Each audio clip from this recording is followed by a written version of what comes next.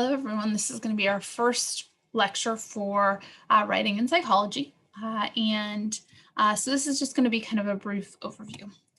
So in terms of why we write in psychology, you want to write because you have something to say. You want to know what you have to say going in rather than trying to figure out what you're saying as you write. So we'll do some work next week and the week after on figuring out what topics you want to cover. But you want to think about something that interests you. Or find some research that's interesting you and figure out what do you want to say, why do you want to say it. Another reason that we write in psychology is not just because we have something to say, but actually writing is an important part of the learning process. We are learning to write, but sometimes we also write to learn. So sometimes the process of writing can help us transform our knowledge and help us persuade our audience and ourselves.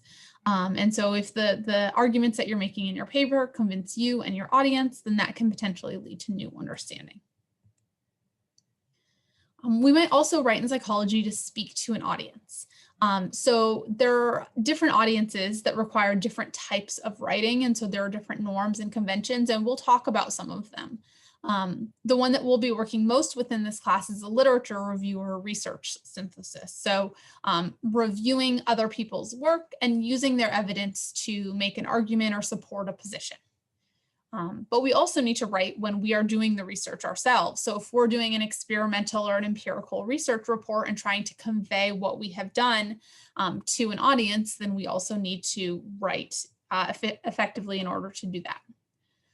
We might also write an essay laying out a theoretical position, which kind of combines the first two. But again, we're going to need to have strong writing skills in order to convince our audience.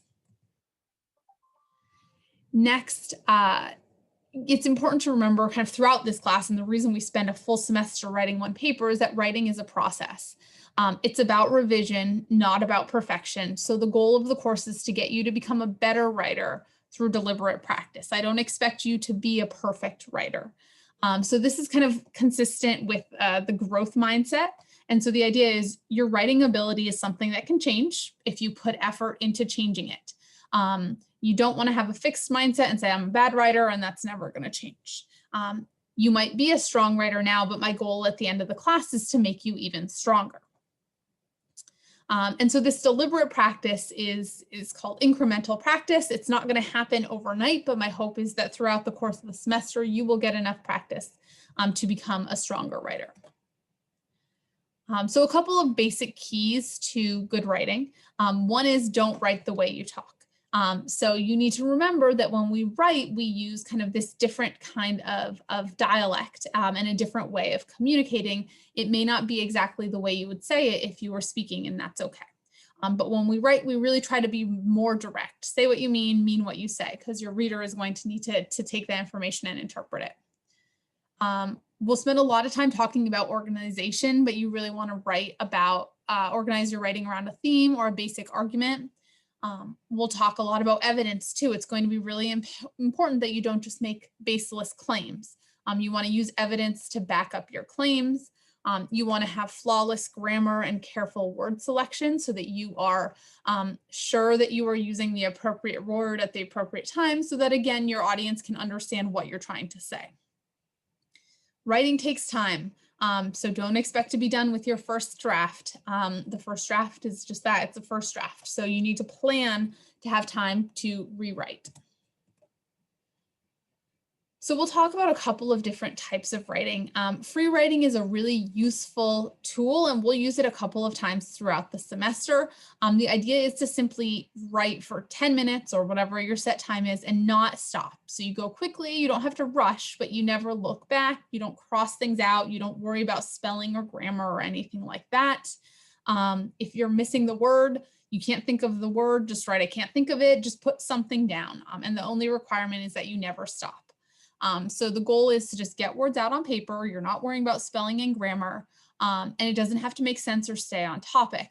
But what free writing does is it helps you focus on what you're saying, not how to say it. So this is a good initial step as you're trying to kind of get your paper off the ground and figure out, what do I even want to say? Another type of writing is called process writing. And so this is where you're actually thinking about what is my process of writing? And you're writing down these thoughts. So it's kind of metacognition. It's writing about writing or meta writing. And this helps you understand the mental process and what works when you're writing.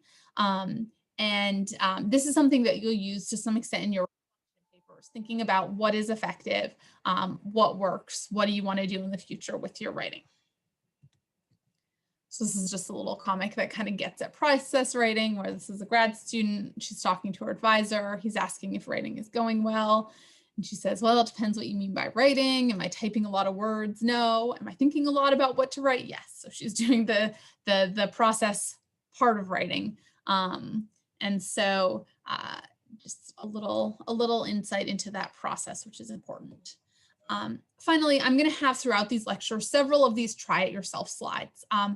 I really encourage you to pause the video and do the tasks that I have given you here.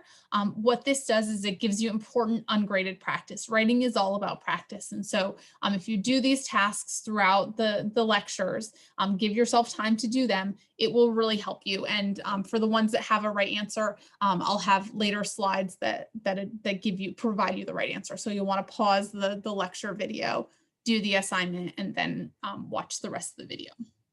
So this is one to give yourself some practice. First do a writing free write. Set a timer for 10 minutes and just write about a time that writing went really well or really badly. So kind of reflect on your own writing experiences.